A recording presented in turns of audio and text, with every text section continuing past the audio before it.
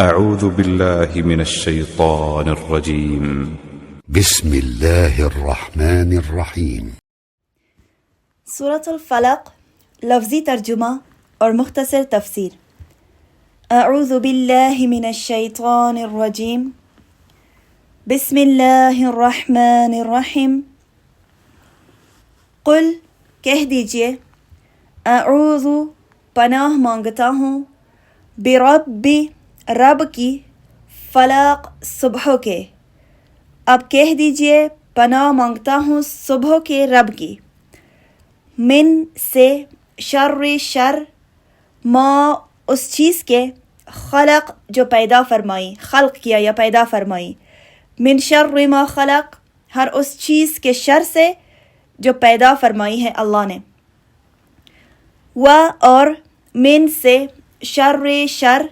من شر شر سے، غاسق اندھیرے کے، اذا جب، وقب واقع ہو جائے یا آ جائے، ومن شر غاسق اور اندھیری کے شر سے، اذا وقب جب واقع ہو جائے یا جب آ جائے، ومن اور سے، شر شر، ومن شر اور شر سے، نفاثات پھونکنے والی عورتوں کے، فی میں، عقد گرہوں میں، ومن شر النفاثات فی العقد اور پھونکنے والی عورتوں کی شر سے گرہوں میں، یعنی جو گرہوں میں پھونکتے ہیں، ومن اور سے، شر شر،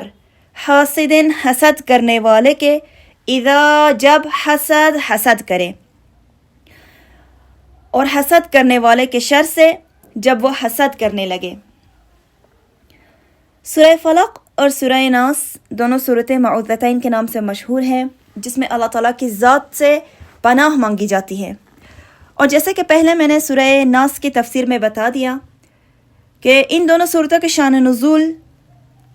وہ واقعہ ہے جو حضرت عائشہ رضی اللہ تعالیٰ عنہ سے روایت ہے کہ رسول اللہ صلی اللہ علیہ وآلہ وسلم پر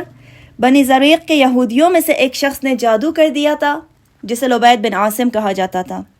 اور اس جادو کے اثر سے آپ صلی اللہ علیہ وآلہ وسلم کا برا حال تھا. آپ تکلیف میں تھے، یعنی جو کام آپ نے نہیں کیا ہوتا تھا آپ کو لگتا تھا کہ یہ میں نے کیا ہوا ہے. جیسے کہ نماز نہیں پڑھا تھا لیکن آپ کو لگتا تھا کہ پڑھ لیا ہے، یا اسی طرح نماز پڑھ لیا لیکن آپ کو لگتا تھا کہ نہیں پڑھا اور دوبارہ پڑھنا شروع کر دیتے تھے. لہٰذا پھر اللہ تعالیٰ نے حضرت جبرائیل علیہ السلام کے ذریعے آپ صلی اللہ علیہ وسلم کو آگاہ کیا کہ آپ پر جادو کیا گیا ہے، اور جادو فلانی کنویں میں ہے، ذی اروان نامی کنویں میں ہے. پھر آپ صلی اللہ علیہ وسلم نے وہ چیزیں نکالا وہاں سے اپنے اصحاب کے ساتھ، اور اس وقت حضرت جبرائیل علیہ السلام یہ دونوں صورتیں یعنی سورہ فلق اور سورہ ناس لے کر حاضر خدمت ہوئے، اور آپ صلی اللہ علیہ وآلہ وسلم کو فرمایا کہ جو آپ صلی اللہ علیہ وسلم کے بال پہ گرہے لگے ہوئے تھے کہ ان گرہوں کو ایک ایک کھولو اور ان صورتوں کے ایک ایک آیت پڑھو. 11 گرہیں آپ صلی اللہ علیہ وسلم کے بال پر لگی تھی، اور ان صورتوں کے 11 آیتیں ہیں، اور ہر گرہ کھول کے آپ صلی اللہ علیہ وسلم ایک آیت پڑھتی تھی. لہٰذا آپ صلی اللہ علیہ وآلہ وسلم کو مکمل شفا حاصل ہو گئی. تو جیسے کہ میں نے پہلے آپ لوگوں کو بتایا تھا کہ دیکھیے اللہ تبارک و تعالی نے اس آیت میں سحر اور جادو کا توڑ ان دونوں صورتوں کو بتایا ہے. تو ادھر ادھر بھٹکنے سے بہتر ہے کہ انسان اپنے آپ کو ہر قسم کے شیطانی اور انسانی شر سے بچانے کے لیے یہ دونوں صورتیں پڑھے صبح و شام، اور اپنے آپ کو اللہ کی پناہ میں دیں. تو اس کی مختصر تفسیر کی طرف آتے ہیں. قل اعوذ برب الفلق کہہ دیجئے کہ میں پناہ مانگتا ہوں صبح کے رب کی. عربی زبان میں لفظ فلق پھاڑنے کے معنی میں آتا ہے، اور اس کو مفسرین نے فلق سے مراد صبح لی ہے، کیونکہ جب صبح ہوتی ہے تو اندھیرا چھٹ جاتا ہے، اور صبح اس طرح ظاہر ہوتی ہے جیسے اندھیرے کو پھاڑ کر روشنی ظاہر ہوتی ہے اور باہر آتی ہے. تو فرمایا کہ میں صبح کے رب کی پناہ مانگتا ہوں، وہ رب جو صبح کو ظاہر کرتا ہے، جو اندھیرے کو ختم کر کے روشنی کو ظاہر کرتا ہے، صبح کو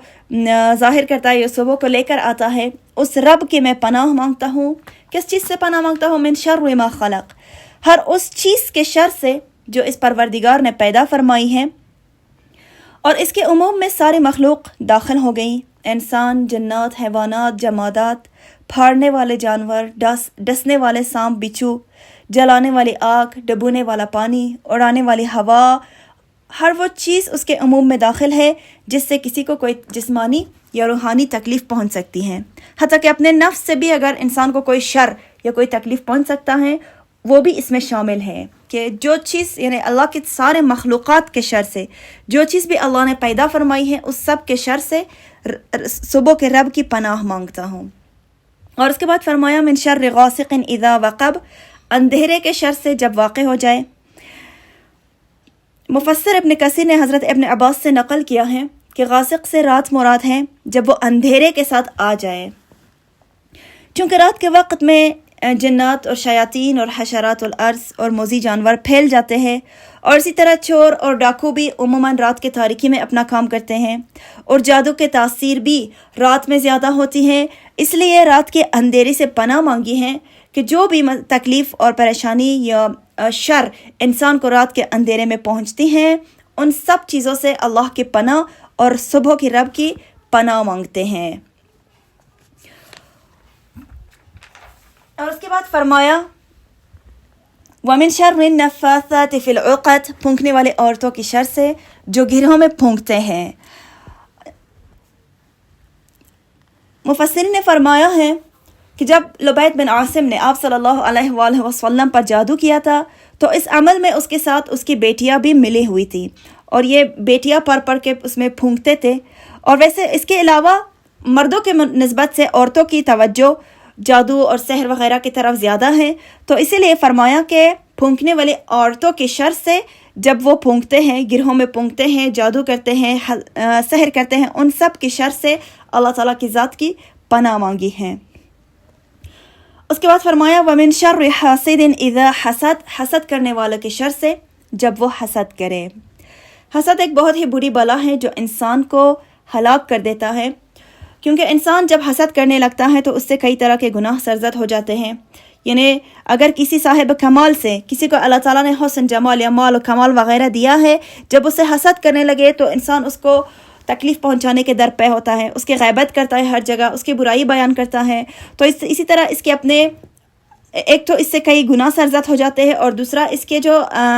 نیک عمل ہے وہ بھی ضائع ہو جاتا ہے۔ جیسے کہ حضرت ابو ہریرہ رضی اللہ تعالیٰ عنہ سے روایت ہے کہ آپ صلی اللہ علیہ وسلم نے ارشاد فرمایا کہ حسد سے بچو، کیونکہ وہ نیکیوں کو اس طرح کھا جاتا ہے جیسے آگ لکڑیوں کو کھا جاتی ہیں۔ یعنی جس انسان سے بندہ حسد کرے تو قیامت کے دن اس کی نیکیاں اس کو ملتی ہیں۔ تو حسد کے معنی یہ ہے کہ کسی کے پاس اگر کوئی چیز ہو، کسی کو اللہ نے کوئی نعمت دی ہو، تو اس نعمت کے زوال کی آرزو کرے، اور ساتھ میں یہ آرزو کرے کہ یہ نعمت اس سے چھن جائے اور مجھے مل جائے، یہ حسد ہے۔ اور